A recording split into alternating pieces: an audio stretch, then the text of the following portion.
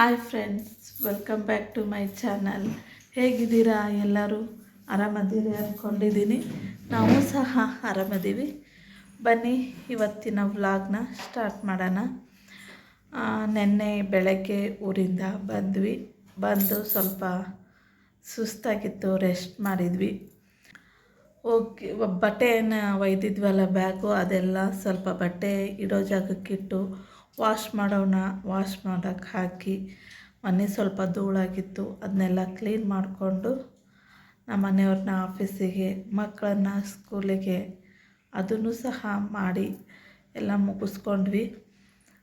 ಊರಿಂದ ಬರುವಾಗ ಮೆಣಸಿನ್ಕಾಯಿ ಅಂದರೆ ಹಣ್ಣು ಮೆಣಸಿನ್ಕಾಯಿ ತೊಗೊಂಬಂದಿದ್ದೆ. ಒಂದು ರೆಸಿಪಿ ನಿಮ್ಮ ಜೊತೆಗೆ ಶೇರ್ ಮಾಡ್ಕೊಳ್ಳೋಣ ಅಂತ ಹೇಳಿ, ಅದು ಕಸಾಲ ಚಟ್ನಿ ಅಂತ ಹೇಳಿ. ಕೆಲವೊಬ್ಬರು ಅದಕ್ಕೆ ಕರಿ ಹಿಂಡಿನೂ ಅಂತಾರೆ, ಕಸಾಲ ಚಟ್ನಿ ಅಂತಾರೆ. ಇದು ಉತ್ತರ ಕರ್ನಾಟಕ ಸೈಡು ಮಾಡೋ ಚಟ್ನಿ. ಆ ಚಟ್ನಿ ರೆಸಿಪಿನ ನಿಮ್ಮ ಜೊತೆಗೆ ಶೇರ್ ಮಾಡ್ಕೋಬೇಕು ಅಂತ ಹೇಳಿ ಈ ವ್ಲಾಗ್ನ ಸ್ಟಾರ್ಟ್ ಮಾಡ್ತಾಯಿದ್ದೀನಿ. ಇದು ರೆಸಿಪಿ ವ್ಲಾಗ್ ಆಗಿರುತ್ತೆ. ಚಲೋ ಹೇಗೆ ಮಾಡೋದು ಅಂತ ನೋಡೋಣ ಬನ್ನಿ.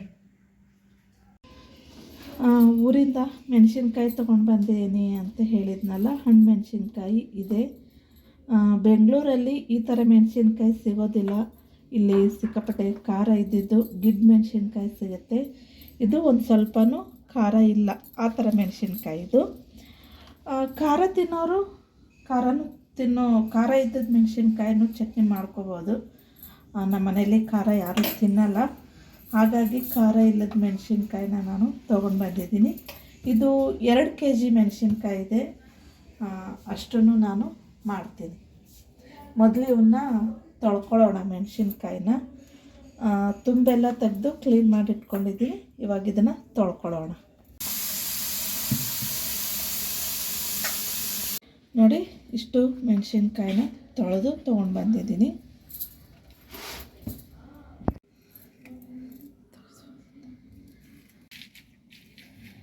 ನಾನು 2 kg ಮೆಣಸಿನ್ಕಾಯಿ ತೊಗೊಂಡಿದ್ದೀನಿ. 1/4 kg ಬೆಳ್ಳುಳ್ಳಿನ ತೊಗೊಂಡಿದ್ದೀನಿ. 2 kg ಮೆಣಸಿನ್ಕಾಯಿಗೆ 1/4 kg ಬೆಳ್ಳುಳ್ಳಿ ಬೇಕು. 1/4 kg ಬೆಳ್ಳುಳ್ಳಿ ತೊಗೊಂಡಿದ್ದೀನಿ. ಈ ಬೆಳ್ಳುಳ್ಳಿನೂ ಸಹ ಜವಾರಿ ಬೆಳ್ಳುಳ್ಳಿ, ನೋಡ್ತಿರ್ಬೋದು ಎಷ್ಟು ಚಿಕ್ಕದಾಗಿದೆ ಅಂಥೇಳಿ. ಬೆಂಗಳೂರಲ್ಲಿ ಈ ಥರ ಬೆಳ್ಳುಳ್ಳಿ ಸಿಗೋದಿಲ್ಲ. 1/4 kg ಬೆಳ್ಳುಳ್ಳಿ, ಒಂದು 50 ಗ್ರಾಮ್ ಸಾಸಿವೆ ತೊಗೊಂಡಿದ್ದೀನಿ. ಇವನ್ನ ಬಿಸಿಲಿಗೆ ಇಟ್ಟಿದ್ದೆ ಸ್ವಲ್ಪ ಹೊತ್ತು. ಹಾಗೇನೂ ಮಾಡ್ಬೋದು, ಬಿಸಿಲಿಗೂ ಸಹ ಇಟ್ಟು ಪೌಡ್ರ್ ಮಾಡಿನೂ ಸಹ ಮಾಡ್ಬೋದು. ಒಂದು ಅರ್ಧ ಸ್ಪೂನಷ್ಟು ಮೆಂತ್ಯ ತೊಗೊಂಡಿದ್ದೀನಿ. ಇವನ್ನ ಮೊದಲು ಮೆಣಸಿನ್ಕಾಯಿನ ರುಬ್ಕೊಳ್ಳೋಣ.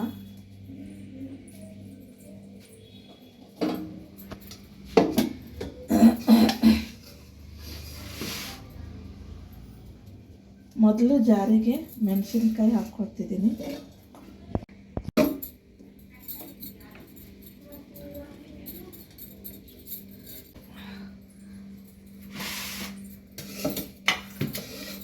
ಹಾಕ್ಕೊಳ್ತೀನಿ.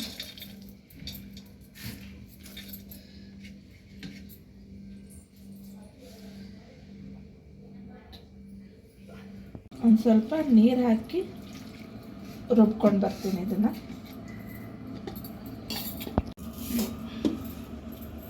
ನೋಡಿ, ಈ ಥರ ಸಣ್ಣಕ್ಕೆ ಮಾಡ್ಕೋಬೇಕು.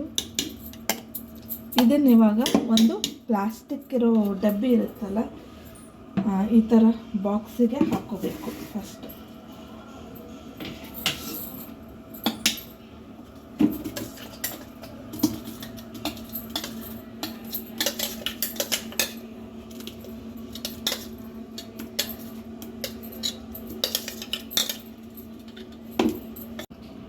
ಈ ಥರ ಹಾಕ್ಕೋಬೇಕು.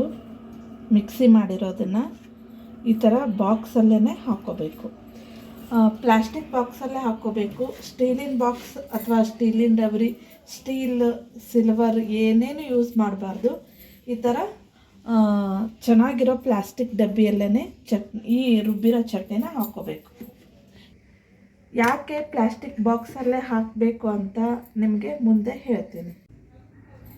ಇನ್ನು ಉಳಿದಿರೋ ಮೆಣಸಿನ್ಕಾಯಿನೂ ಸಹ ಇದೇ ರೀತಿ ರುಬ್ಕೊಂಡು ಬರ್ತೀನಿ.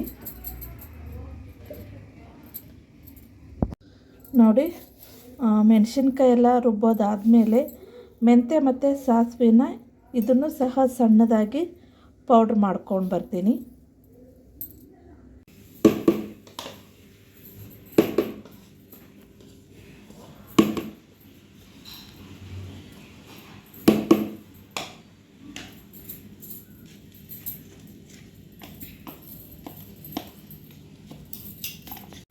ಇಲ್ಲಿ ಮೆಂತ್ಯ ಮತ್ತು ಸಾಸಿವೆನ ಪೌಡ್ರ್ ಮಾಡಿ ಇಟ್ಕೊಂಡಿದ್ವಲ್ಲ, ಅದನ್ನು ಇವಾಗ ಇದಕ್ಕೆ ಮಿಕ್ಸ್ ಮಾಡೋಣ.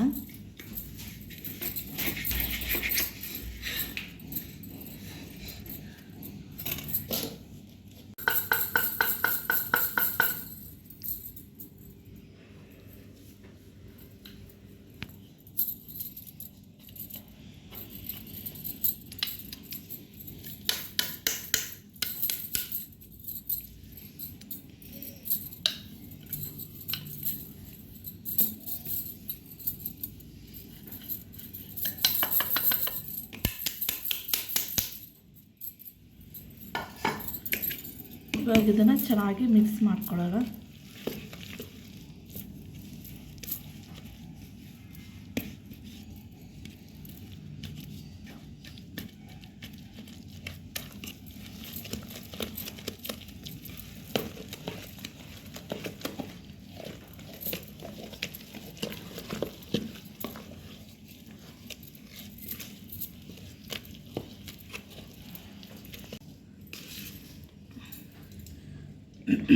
ಇದಕ್ಕೆ ಇವಾಗ ರುಚಿಗೆ ತಕ್ಕಷ್ಟು ಉಪ್ಪನ್ನ ಹಾಕ್ಕೊಳ್ತಿದ್ದೀನಿ.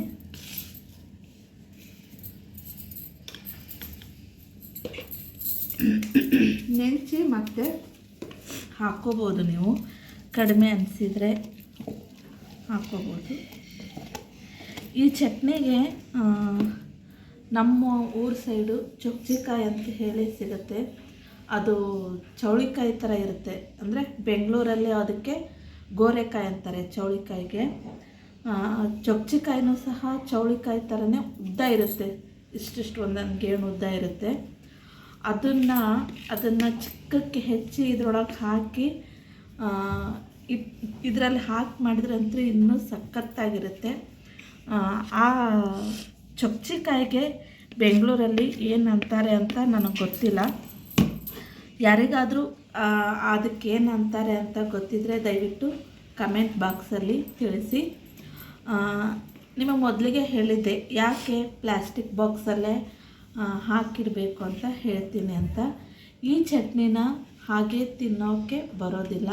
ಈ ಚಟ್ನಿನ ಒಂದು 5ರಿಂದ 6 ದಿನಗಳ ಕಾಲ ಬಿಸಿಲಲ್ಲಿ ಇಡಬೇಕು. ಈ ಚಟ್ನಿನ ಬಿಸಿಲಲ್ಲಿಟ್ಟು ಆಮೇಲೆ ಅದ್ರದ್ದು ಅರೋಮಾ ಬರುತ್ತೆ, ಸ್ಮೆಲ್ ತುಂಬ ಚೆನ್ನಾಗಿರುತ್ತೆ. ಆ ಸ್ಮೆಲ್ ಬರ್ತಾ ಬರ್ತಾ ಬರ್ತಾ ಬರ್ತಾ ಚೇಂಜ್ ಆಗ್ತಾ ಬಂದಂಗೆ ಆ ಚಟ್ನಿ ಕಳ್ತಿದೆ ಅಂತ ಅರ್ಥ. ತಿನ್ನೋಕ್ಕೂ ಸಹ ಸಖತ್ತಾಗಿರುತ್ತೆ. ಬಿಸಿ ರೊಟ್ಟಿ, ಚಪಾತಿ, ರಾಗಿ ರೊಟ್ಟಿ, ದೋಸೆ ಎಲ್ಲದರ ಜೊತೆಗೂ ತಿನ್ಬೋದು. ಇವನ್ ಟಿಫಿನ್ ಜೊತೆಗೆ ಸೈಡಿಗೆ ಅವಲಕ್ಕಿ ಉಪ್ಪಿಟ್ಟು ಏನು ಮಾಡಿರ್ತೀವಲ್ಲ ಅದ್ರ ಜೊತೆಗೆ ನೆಂಚ್ಕೊಂಡು ತಿನ್ಬೋದು, ಚಿತ್ರಾನ್ನದ ಜೊತೆಗೆ ತಿನ್ಬೋದು. ತುಂಬಾ ಟೇಸ್ಟಾಗಿರುತ್ತೆ. ಇದು ಹೇಗೆ ಅಂದರೆ ಹುಳಿ ಇರುತ್ತೆ. ಇದು ಚಟ್ನಿ ಬಿಸಿಲಲ್ಲಿ ಇಟ್ಟಿರ್ತೀವಲ್ಲ, ಹಾಗಾಗಿ ಹುಳಿ ಇರುತ್ತೆ. ನೋಡ್ತಿರ್ಬೋದು, ಇದನ್ನು ನೋಡ್ತಿದ್ದಂಗೆ ನನ್ನ ಬಾಯಲ್ಲಿ ನೀರು ಬರ್ತಿದೆ. ತುಂಬ ಸಖತ್ತಾಗಿರುತ್ತೆ. ನನಗಂತೂ ಈ ಚಟ್ನಿ ಫೇವ್ರೆಟ್. ನನ್ನ ಮಕ್ಕಳಿಗೂ ನಮ್ಮ ಮನೆಯವರು ಚಟ್ನಿ ಯಾವುದು ಜಾಸ್ತಿ ತಿನ್ನೋಲ್ಲ, ಈ ಚಟ್ನಿ ಮಾತ್ರ ತಿಂತಾರೆ. ಅಷ್ಟು ಸಖತ್ತಾಗಿರುತ್ತೆ ಇದು ಚಟ್ನಿ. ನಮ್ಮ ಮನೆಯಲ್ಲಿ ಈ ಚಟ್ನಿ ಎಲ್ಲರಿಗೂ ಇಷ್ಟ. ಇವಾಗ ಇದನ್ನು ಬಿಸಿಲಿಗೆ ಇಟ್ಟು ಬರ್ತೀನಿ. ಈ ಚಟ್ನಿ ಇವಾಗ ರೆಡಿಯಾಗಿದೆ. ಬಿಸಿಲಿಗೆ ಇಟ್ಟಾಗ ಉಪ್ಪು ಸ್ವಲ್ಪ ಕಡಿಮೆ ಆಗ್ಬೋದು ಅಥವಾ ಹೆಚ್ಚಾಗ್ಬೋದು. ಕರೆಕ್ಟಾಗಿ ಹಾಕಬಾರ್ದು, ಸ್ವಲ್ಪ ಕಡಿಮೆನೇ ಇರಲಿ ಉಪ್ಪು. ನೋಡಿಕೊಂಡು ಮತ್ತು ನೆಂಚಿ ನೋಡಿ ಹಾಕ್ಲಿಕ್ಕಾಗುತ್ತೆ. ಇವಾಗ ಇದನ್ನು ನಾವು ನಮ್ಮ ಸೈಡೆಲ್ಲ ಇದಕ್ಕೆ ಮೇಲೆ ವೈಟ್ ಬಟ್ಟೆ ಕಟ್ಟಿ ಬಿಸಿಲಿಗೆ ಇಡ್ತೀವಿ. ಇಲ್ಲಿ ಸಿಕ್ಕಾಪಟ್ಟೆ ಧೂಳ ಇರೋದ್ರಿಂದ ಬಾಕ್ಸಿನ ಡಕ್ಕನ್ನೇ ಮುಚ್ಚಿ ಬಿಸಿಲಿಗೆ ಇಟ್ಟು ಬರ್ತೀನಿ. ನೋಡಿ ಈ ರೀತಿ ಬಿಸಿಲು ಎಲ್ಲಿರುತ್ತೋ ಅಲ್ಲಿ ಬಿಸಿಲಿಗೆ ಇಡಬೇಕು ಈ ಚಟ್ನಿನ. ನಿನ್ನೆ ಚಟ್ನಿ ಬಿಸಿಲಿಗೆ ಇಟ್ಟಿದ್ನಲ್ಲ, ನೋಡಿ ತಳದಲ್ಲಿ ಯಾವ ಥರ ನೀರು ನಿಂತಿದೆ ಅಂತ. ಫುಲ್ ಇವಾಗ ಬಾಕ್ಸ್ ತೆಗೆದು ನೋಡೋಣ ಮೇಲೆ ಹೇಗೆ ಆಗಿದೆ ಅಂತ. ನೋಡಿ ಫುಲ್ ಡ್ರೈ ಆಗಿದೆ. ಇದನ್ನು ಡೈಲಿ ಬಿಸಿಲಿಗಿಟ್ಟು ತೆಗೆದ ಮೇಲೆ ಮತ್ತೆ ಬೆಳಗ್ಗೆ ಬಿಸಿಲಿಗಿಡುವಾಗ ಚಮಚದಿಂದ ಚೆನ್ನಾಗಿ ಮಿಕ್ಸ್ ಮಾಡಿ ಮತ್ತೆ ಇಡಬೇಕು. ಇವಾಗ ಸ್ಪೂನಿಂದ ಚೆನ್ನಾಗಿ ಮಿಕ್ಸ್ ಮಾಡೋಣ. ನೋಡಿ ಮೇಲೆ ಎಷ್ಟು ಡ್ರೈ ಆಗಿರುತ್ತಲ್ಲ, ತಳಗಡೆ ಅಷ್ಟೇ ನೀರಾಗಿರುತ್ತೆ. ನೋಡಿ ನೋಡಿದ್ರಾ ಎಷ್ಟು ನೀರಾಗಿದೆ ಅಂತ.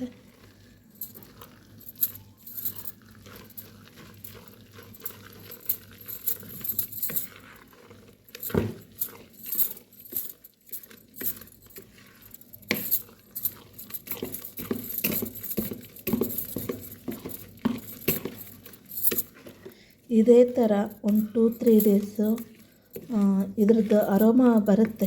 ಚಟ್ನಿ ರೆಡಿ ಆದಾಗ ಆ ಥರ ಅರೋಮಾ ಬರೋವರೆಗೂ ಇದನ್ನು ಬಿಸಿಲಿಗೆ ಇಡ್ತಾನೇ ಇರಬೇಕು ಚಟ್ನಿನ.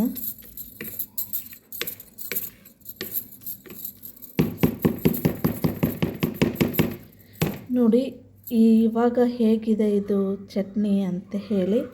ನಾಳೆ ಮತ್ತೆ ಬಿಸಿಲಿಗಿಟ್ಟು ತೆಗೆದಾಗ ಮತ್ತೆ ಮೇಲೆ ಯಾವ ರೀತಿ ಆಗಿರುತ್ತೆ ಅಂತ ಗೊತ್ತಾಗುತ್ತೆ.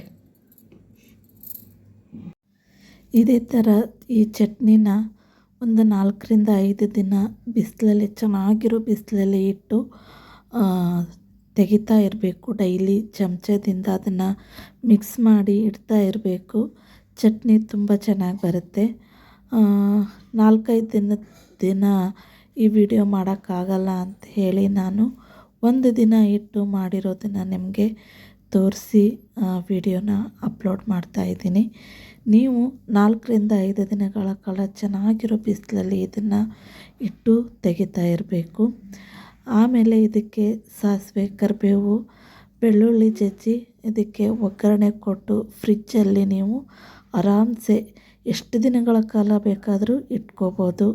ಅಥವಾ ನೀವು ಡೈಲಿ ಬಿಸಿಲಿಗಿಟ್ಟು ಡೈಲಿ ಊಟ ಮಾಡ್ತಾ ಅದನ್ನು ಯೂಸ್ ಮಾಡ್ತಾ ಇರ್ಬೋದು. ಚಟ್ನಿ ಖಾಲಿ ಆಗೋವರೆಗೂ ಎರಡರಲ್ಲಿ ಯಾವುದಾದ್ರೂ ಒಂದು ನೀವು ಮಾಡಿಕೊಂಡು ಈ ಚಟ್ನಿನ ಯೂಸ್ ಮಾಡಿ ಊಟ ಮಾಡ್ಬೋದು. ತುಂಬ ಸಖತ್ತಾಗಿರುತ್ತೆ. ನಾ ಮಾಡಿರೋ ಈ ಚಟ್ನಿ ನಿಮ್ಮೆಲ್ಲರಿಗೂ ಇಷ್ಟ ಆಗಿದೆ ಅಂತ ಅಂದ್ಕೊಳ್ತೀನಿ. ಇಷ್ಟ ಆದರೆ ದಯವಿಟ್ಟು ಲೈಕ್ ಮಾಡಿ, ಶೇರ್ ಮಾಡಿ, ಹೇಗಿತ್ತು ಅಂತ ಕಮೆಂಟ್ ಮೂಲಕ ತಿಳಿಸಿ. ಹಾಗೆ ಸಬ್ಸ್ಕ್ರೈಬ್ ಆಗೋದನ್ನು ಮಾತ್ರ ಮರಿಬೇಡಿ. ಪಕ್ಕದಲ್ಲಿರೋ ಬೆಲ್ ಐಕಾನ್ನು ಒತ್ತಿ. ಮತ್ತೆ ಇನ್ನೊಂದು ರೆಸಿಪಿಯೊಂದಿಗೆ, ಇನ್ನೊಂದು ವಿಡಿಯೋ ಒಂದಿಗೆ ಬರ್ತೀನಿ. ಅಲ್ಲಿವರೆಗೂ ಸರ್ವೇ ಜನ ಸುಖಿನೋ ಭವಂತು.